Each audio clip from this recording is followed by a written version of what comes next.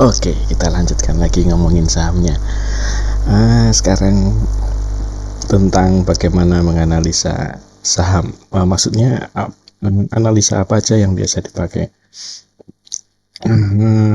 Jadi setiap investor itu perlu memilih, menyusun, mengembangkan kayak analisanya sendiri ya. Jadi punya stylenya sendiri-sendiri.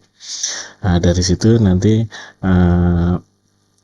terus menyusun gaya perdagangannya sendiri, jadi style beli dan style jualnya gitu ya. Kalau yang katanya investasi jangka panjang itu biasanya beli sekarang terus nanti tunggu berapa tahun baru dijual gitu kan, itu tetap butuh style kapan mau belinya gitu kan ya, yang jelas itu kan tahap demi tahap gitu misalnya. Terus nanti jualnya pas kondisi apa, nah itu harus dicari tahu untuk masing-masingnya, itu dia gayanya seperti apa, stylenya seperti apa. Meniru persis dengan style orang lain belum tentu bisa baik hasilnya, tapi juga belum tentu buruk juga gitu loh ya kan. Tapi tentu dari berbagai style itu ada acuan mendasarnya. Misalnya kalau beli ya kita harus tahu ini sahamnya apa gitu kan ya. Kemudian ini kira-kira bangkrut enggak, dan enggak kena masalah hukum enggak kan, dan aman enggak gitu ya. Ini kemudian lagi trendingnya lagi turun atau lagi naik, nah itu hal seperti itu jadi pertimbangan untuk membeli. Nah kalau beli nanti harganya di kisaran berapa, itu cara penentuan itu sudah lebih custom lagi gitu ya. Nah kemudian dari situ dengan gaya analisanya dan gaya perdagangannya, maksudnya itu kapan beli terus nanti kapan jual. Walaupun investasi yang katanya jangka panjang ya, itu tetap ada proses beli dan ada proses jual ya. Hanya masalahnya jarak antara beli sampai jualnya, ada yang bilangnya setahun, 2 tahun, 5 tahun, 10 tahun, 20 tahun, 70 tahun, nggak tahu lah, monggo lah atur aja. Yang jelas itu perdagangan, ada beli ada jual. Oke. Hanya dilakukan berapa kali di masa itu. Ada yang bilang hanya sekali saja, sekali beli sekali jual. Ada yang mengatakan ya kalau bisa berulang kali selama ada kesempatan, ya monggo aja deh. Nah kemudian kenapa kok setiap masing-masing harus mencari tahu stylenya sendiri? Karena setiap keputusan untuk membeli atau menjual ya kan, terutama membeli nih, itu ya gampangnya di setiap investasi itu, keputusan dalam investasi itu akan ada resikonya ya kan. Nah resikonya itu kan setiap masing itu berbeda-beda kemampuan menghandlenya, daya tahannya. Ada yang mungkin kalau harga itu turunnya 2% sudah panik, ada yang sampai 10%. Itu baru mulai mikir, ada yang biasa aja, oh nggak apa-apa, yang saham ini mah udah oke kok, nanti mau turun 20% ya beli lagi malahan gitu ya, karena memang tipikal sahamnya begini. Tapi ada di beberapa saham orang yang mau di saham tertentu walaupun turun 20% dia malah beli lagi, tapi di beberapa saham baru turun 5% dia harus memutuskan segera jual gitu. Itu kan itu pada stylenya sendiri-sendiri gitu ya gitu. Nah sekarang analisa apa aja yang biasanya banyak dikenal di para investor di pasar saham gitu ya, pelaku pasar saham lah gampangnya gitu ya. Yang pertama itu analisa fundamental gitu ya. Nah ini banyak sekali bagaimana caranya, kan di YouTube banyak, di internet banyak, silahkan dipelajari gitu ya. Tapi secara umum dia menganalisa perusahaannya melalui laporan keuangannya gitu, dan ini perlu belajar ekonomi dan segala macam. Itu ruwet lah. Kalau saya ini orang awam nggak tahu ilmu ekonomi, untuk belajar begini ya terseok-seok juga gitu ya. Jadi ya sudah seperlunya saja lah gitu ya. Nanti yang kedua itu analisa teknikal. Analisa teknikal itu juga kita harus punya chartnya. Nah kalau chartnya banyak di internet, misalnya di TradingView gitu ya, search aja TradingView gitu misalnya. Nah ini kan di sini kan sudah ada nih, kita bisa lihat chartnya, kemudian kita milih apanya, stoknya atau apanya gitu ya, atau mau yang di chart Nexus juga boleh. Nah, misalnya di sini gitu kita pilih pasarnya CSE, kemudian stoknya nanti kita mau pilih yang apa nih, misalnya Indosat, Indosat, Indosat, gitu ya. Oke. Nah, inilah caranya Indosat. Nah, nanti kita bisa gambar-gambar di sini. Jadi teknikal itu ini ada resistan ini sudah dibantu nih sama dia, ini support. Jadi kalau mau beli sini ya itu masalah ini benar sama enggaknya wallahu a'lam, saya juga enggak mudeng. Terus ini gambar line misalnya gitu ya, itu ada di internet, ada banyak itu gimana cara gambar line-nya, garis ini ini trennya lagi turun, yang ini pas di sini naik, pas di sini turun untuk jangka segini gitu ya. Kalau dia lebih panjang lagi, ternyata ini relatif masih naik gitu. Ini mungkin mau mulai turun karena di sini udah turun gitu ya, dan seterusnya. Ini tuh monggo aja. Jadi kalau kalau masalah teknikal ini nanti bisa. Tapi yang jelas ini berdasarkan harga dan volumenya biasanya. Volume transaksinya gitu ya. Total volume transaksinya di hari itu. Di saham-saham itu gitu ya. Nah, itu ya macam-macam lah ini. Nama-namanya juga macam-macam.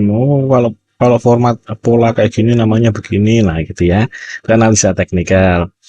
Dari analisa teknikal ini yang jelas kan kita bisa lihat ini, ini paling rendah di sini, ini sekarang yang paling dekat paling rendahnya di harga 8.900. Kalau Indosat mungkin dia bisa sampai berapa nih, 8.600 atau dapat 8.500, nah gitu ya. Kalau paling tingginya mungkin paling dekatnya ke 10.000 atau ke berapa deh, nggak tahu deh ya gitulah. Ini ada resistan ini kan bisa jadi alat bantu. Saya nggak terlalu mudah. Kemudian yang ketiga itu ada analisa data transaksi.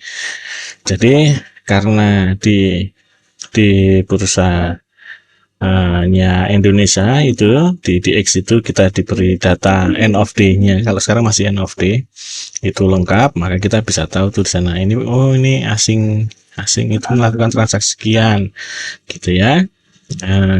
Kemudian dari ini ada websitenya, kita dikasih data itu. Ini misalnya data ini, kalau saya mau tampilkan kolomnya misalnya ini foreign sell, foreign buy gitu ya. Ini kan sudah ada foreign sell, foreign buy. Dari sini kan kita dapat netnya. Buy dikurangi sell gitu. Nanti kalau positif berarti dia lagi kebanyakan beli. Kalau dia negatif berarti dia kebanyakan lagi jual. Orang asingnya lagi jual. Nah kan yang penting kan kita bisa memilih mana saham yang beneran itu tuh pelaku yang punya pelaku yang punya banyak saham dan punya banyak uang itu ada di yang orang asingnya itu ada di mana saja, institusi terutama institusi asing.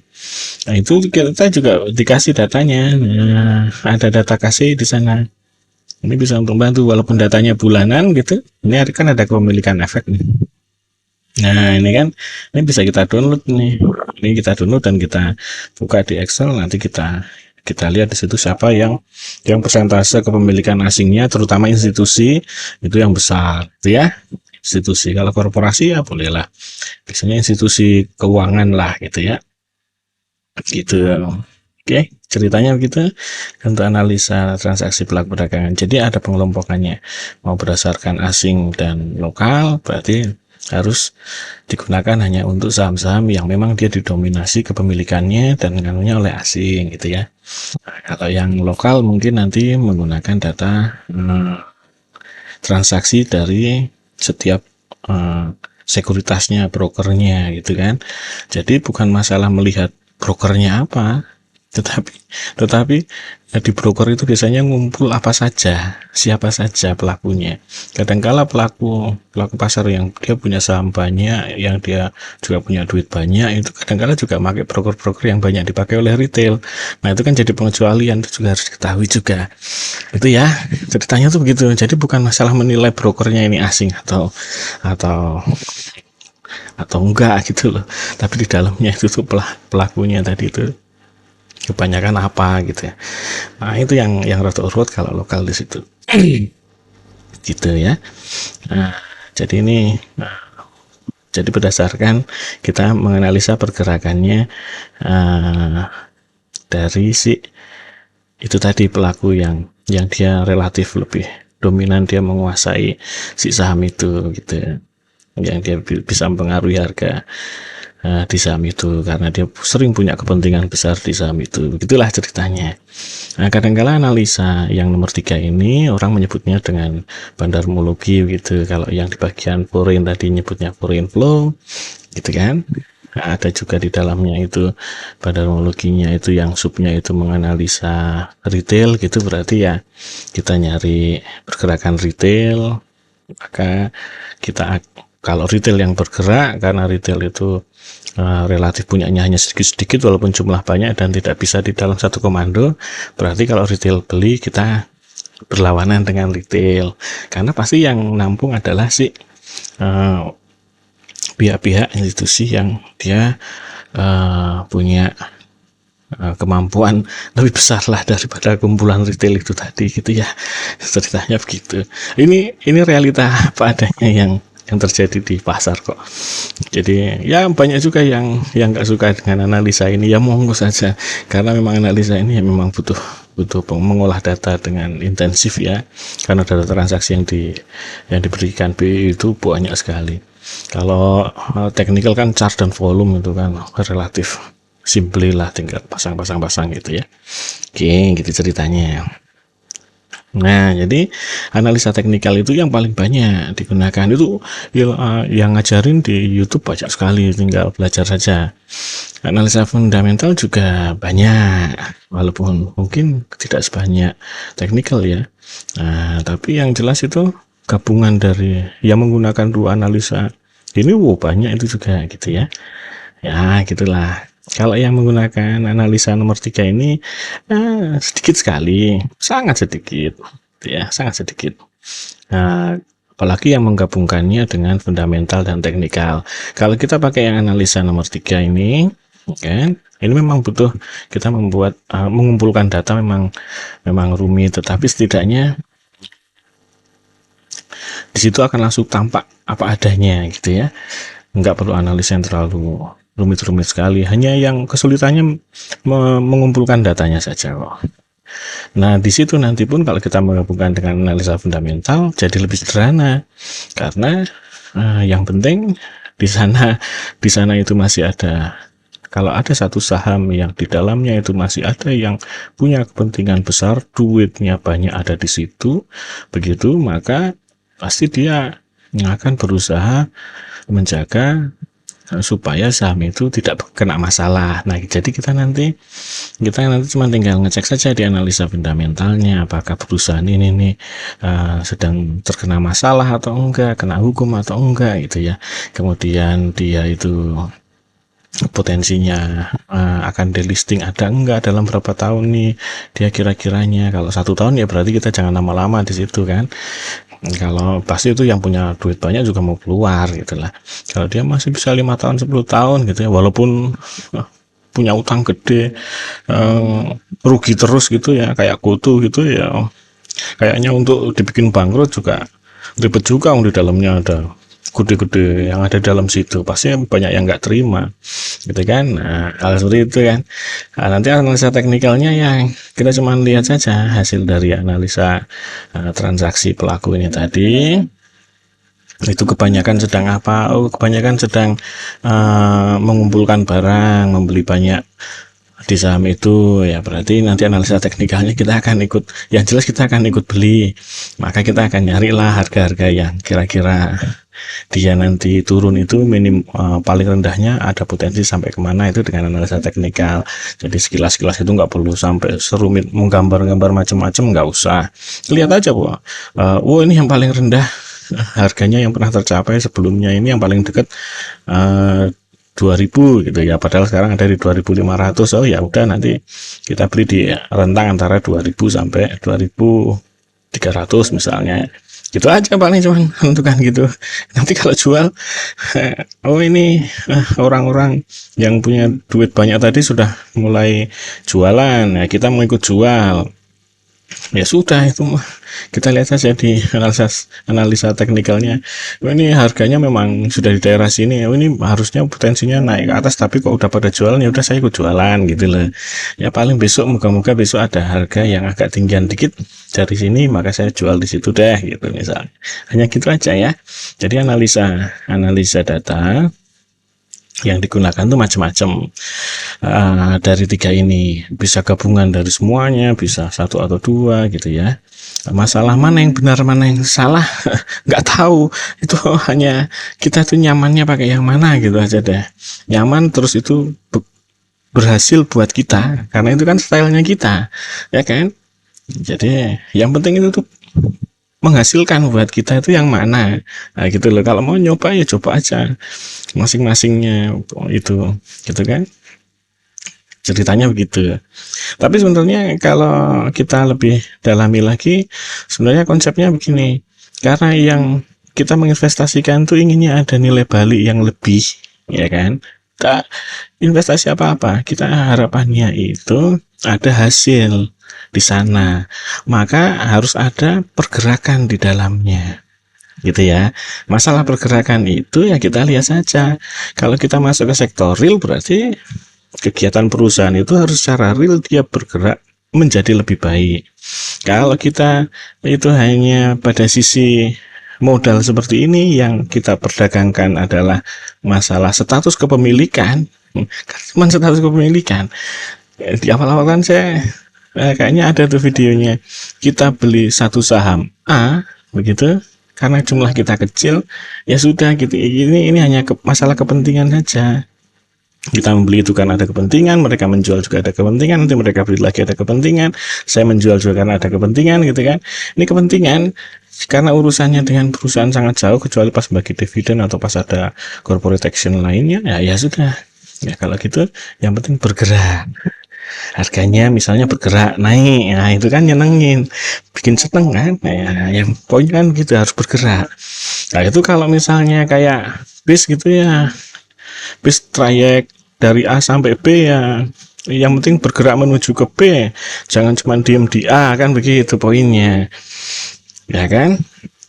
Maka kalau itu misalnya bis seperti itu yang punya trayek seperti itu, asalkan kita melihat itu saham itu seperti bis tadi, dia bergerak menuju ke tujuannya, maka di sana kita bisa mendapatkan kesempatan untuk mendapatkan nilai tambah dari investasi kita. Poinnya hanya di situ. Nah, kalau misalnya bisnya cuma berhenti, ya potensi kita akan dapat nilai tambah juga jadi kecil.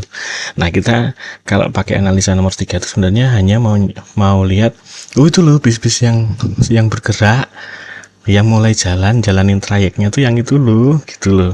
Nah itu analisa nomor 3 tuh begitu. Nah masalahnya bis itu jalan ke sana itu kan bukan tergantung pemiliknya. Pemiliknya mah cuma nyuruh, sekarang mulai narik sana, nyari mulai jalan ya jalan. Tapi selama perjalanan itu yang penting kan sopirnya. Sopirnya mau belok kiri, dia mau ngerem, dia mau ngegas, mau belok kanan karena ada lubang terus dia harus menghindari lah, ya itu kan tergantung sopirnya. Nah kalau kita mau ikutan sampai ke tujuannya sana, atau seberapa jauh kita mau mengikuti bis itu, ya sudah kita naik kalau sopirnya ikut naik. Nggak usah tahu ini sopirnya siapa, yang penting itu ini sopirnya sudah ada di belakang sopir, mulai ngegas, nyalain mesin, jalan, udah kita udah naik di dalam. Nanti kalau kita pengen turun, ya sudah, kalau kira-kira sopirnya lagi pelan atau lagi berhenti, kita turun, kan gitu ya. Gitu. Nah itu analisa nomor 3 tuh hanya ngeliatin supirnya aja, supirnya naik kita ikut naik, supirnya turun kita ikut turun, gitu loh. Kalau supirnya lagi turun ngopi, ya sudah kita turun aja, kita jual dulu. Nanti kalau supirnya naik, ya sudah kita beli lagi, baru ngikutin supirnya ternyata berhenti lagi mau pipis di pom bensin, ya sudah kita turun juga, kita jual lagi. Supirnya naik lagi, kita beli lagi, kan begitu kan. Sesimpel itu sebenarnya konsepnya, itu yang nomor 3 itu sesimpel itu, gitu ya ceritanya. Nah kalau analisa teknikal itu tuh cuman ngelihat dari hasil yang dikerjakan sopir. Oh, sopirnya itu nyopirnya itu ugal-ugalan, belok kiri, belok kanan. Nah, terus ngegas ngerem, ngegas ngerem. Nah, lalu yang kita lihat jejaknya di jalan raya itu tadi. Wah, ini sopir ini sering belok kirinya. Di setiap kali ada mobil dari sana dia selalu mepet ke kiri lah, cuman gitu doang, ya kan? Ya, padahal itu ya terserah sopir saja. Sopir itu nggak ada mobil dari sana, lalu dia bikin selalu mepet ke kiri karena ada penumpang mau turun pun juga bisa, gitu dia. Jadi analisa teknikal itu sebenarnya menganalisa hasil dampak dari kegiatan transaksi yang ada. Kan dampak dari transaksi itu kan terciptanya harga tadi, data series tadi. Tapi tidak bisa mengatakan bahwa harganya naik itu karena si transaksinya si harganya pasti akan naik kalau dalam posisi yang seperti ini, gitu kan? Ya rada susah juga buat saya, ya rada enggak, saya juga rada ragu lah gimana kalau konsep sopir tadi lah, sopirnya itu tuh ngegas itu saat jalan kosong atau dia mau ngebut pas lagi padat nyalip-nyalip, itu kan sama saja ngegas gitu loh. Ini kan pola itu kita nggak tahu kapan dia mau pakai. Pas jalan kosong dia mau jalan pelan-pelan juga nggak apa-apa, nggak harus ngebut.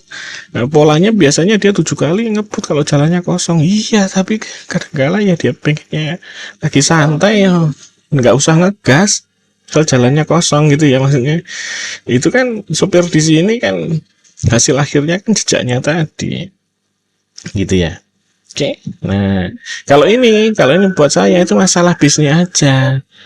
Kalau bisnya itu penampakannya bagus, emisi karbonnya rendah, kemudian dia itu sudah sesuai standar Euro, misalnya standar dunia yang green, pakai bis listrik, hebat sekali ini bisnya, mewah, wah gitu, nggak masalah.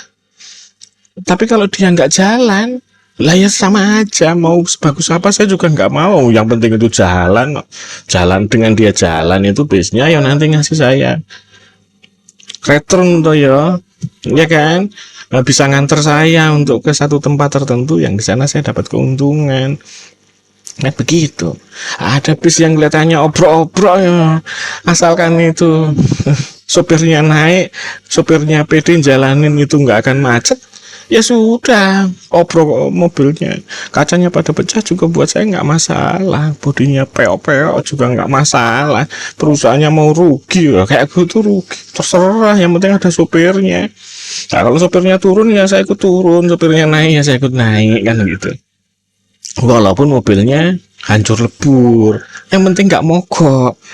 Yang repot bisnya bagus nggak gerak, masih di garasi ngelihatnya, wah ayo nggak jalan, atau dipakai terus mogok di jalan, atau ditinggalin sopirnya. Ini bisnya susah dikendalikan, terus sopirnya pergi, wah ya udah jegrek aja bisnya di situ, nggak sampai tujuan. Kita dapat gainnya dari mana kalau dia nggak gerak?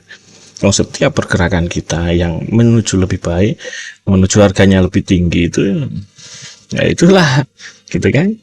Ya ceritanya begitu. Itu masalah pilihan saja, mau pakai yang mana gitu ya. Tapi masalahnya itu memang masing-masing analisa ini ya punya kelebihan dan kurangnya sendiri. Jadi stylenya masing-masing saja. Stylenya sukanya yang fundamental, ya monggo fundamental, nggak usah terus nyalain yang lainnya. Yang teknikal ya monggo, yang ini ya begitu itu. Jadi tadi hanya reasoning buat diri saya sendiri, saya nggak akan nyalain yang pakai teknikal atau fundamental, sama aturan aja, gitu loh. Oke, yang jelas saya pakai tiga-tiganya, tapi penggunaannya yang intensif ada di situ, yang lainnya itu hanya menambahkan, mencari celah saja. Oke ya sudah, yuk gitu ya, fokusnya di nomor 3 ini kalau saya. Kesulitannya memang mengumpulkan data, lalu kita mulai ngeplotin, karena chart-chart tadi kan dia kan hanya menampilkan data harga. Kalau analis fundamental laporan keuangan, banyak laporan keuangan di internet, kita tinggal baca. Nah kalau ini kan harus ngambil dari BEI. Kita ngambil dari BEI, kita kumpulkan, kita simpan, lalu kita susun gitu ya.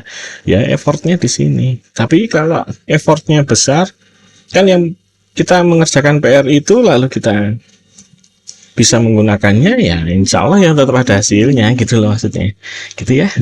Oke, jadi masing-masing ada PR-nya. Dan saya kira cukup sampai situ dulu deh. Yang penting kita kenal ada 3 analisis, bagaimana tadi analoginya, pakai PIS juga. Itu menurut saya orang awam, namanya orang awam nggak tahu ilmu ekonomi, nggak bisa gambar-gambar, nah, sudahlah.